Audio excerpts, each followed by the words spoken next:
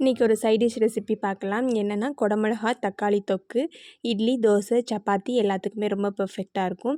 அதுக்கு ஒரு கடாயில் 2 ஸ்பூன் நல்லெண்ணெய் விட்டுக்கோங்க. கடுகு, உளுந்து வந்து போட்டுக்கோங்க. நெக்ஸ்ட்டு வந்து சோம்பு கொஞ்சம், சீரகம் கொஞ்சம் போட்டுக்கோங்க.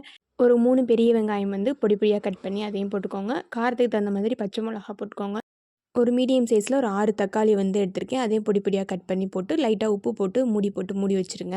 நல்லா வதங்கினதுக்கப்புறம் கொஞ்சம் கருவேப்பிலை போட்டுக்கோங்க. போட்டுட்டு இஞ்சி பூண்டு பேஸ்ட்டு 1 டீஸ்பூன் போட்டு நல்லா வதக்கி விட்டுக்கோங்க. இப்போ நான் ஒரு பெரிய சைஸில் இருக்கிற குடமிளகா வந்து ஒரு குடமிளகாய் இந்த மாதிரி குட்டி குட்டியாக கட் பண்ணி அதையும் போட்டு நல்லா வதக்கி விட்டுட்டு மூடி போட்டு மூடிடுங்க. நல்லா வதங்கினதுக்கப்புறம் கொஞ்சம் மஞ்சள்தூள், காரத்துக்கு தகுந்த மாதிரி தனி மிளகாய் தூள், ஒரு 1/2 டீஸ்பூன் வந்து குழம்புத்தூள் போட்டு வதக்கி விட்ருங்க. தேவையான அளவு தண்ணி, இப்போ நான் 1 டம்ளர் தண்ணி ஊற்றிருக்கேன். தண்ணி ஊற்றி நல்லா கிளறினதுக்கப்புறம் மூடி போட்டு மூடிடுங்க. அப்பப்போ அந்த மாதிரி ஓப்பன் பண்ணி கிளறி விட்டுக்கிட்டே இருங்க. கிளறி விட்டுட்டு இப்போ மூடி போடாமல் ஒரு 5 நிமிஷம் கொதிக்க விடுங்க. எண்ணெய் பிரிஞ்சு நல்லா தனியாக வரும். அப்போ வந்து இந்த கன்சிஸ்டன்சியில் இருக்கும். அப்போ வந்து என்ன பண்ணுறீங்கன்னா 1 டீஸ்பூன் வந்து பட்டர் வந்து நான் எடுத்து வச்சுருக்கேன்.